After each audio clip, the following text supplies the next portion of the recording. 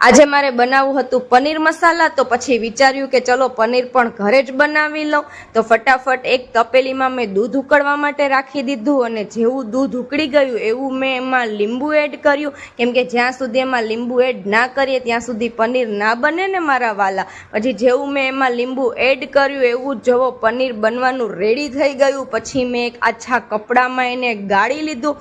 ગાળીને પછી એને 1 કલાક માટે રેસ્ટ કરવા માટે મૂકી દીધું, કેમ કે એને 1 કલાક રેસ્ટ આપવું પડે.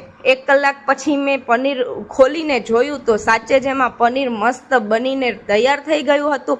પણ મને થોડી શંકા લાગી તો મેં ટેસ્ટ કર્યો, તો જેવો બહારથી પનીર લઈ આવીને ટેસ્ટ હોય એવો જ ટેસ્ટ એમાં આવતો હતો. પછી હું વઘાર કરવા માટે કિચનમાં જતી રહી તો મેં પનીરને ખમણી નાખ્યું, કેમ કે મને પનીરના ટુકડા મોઢામાં આવે એ નથી ગમતું. પછી ફટાફટ મેં ગ્રેવી તૈયાર કરી, કેમ કે મને મિક્સચરમાં ગ્રેવી બનાવેલી નથી ગમતી, એટલા માટે મેં ઝીણા ડુંગળી ટમેટા સુધારીને પછી એની ગ્રેવી બનાવવાનું રેડી કરી દીધું. તો જોવો કેવી મસ્ત ગ્રેવી બની છે ને, જેવી આપણે મિક્સચરમાં કરીએ એવી જ.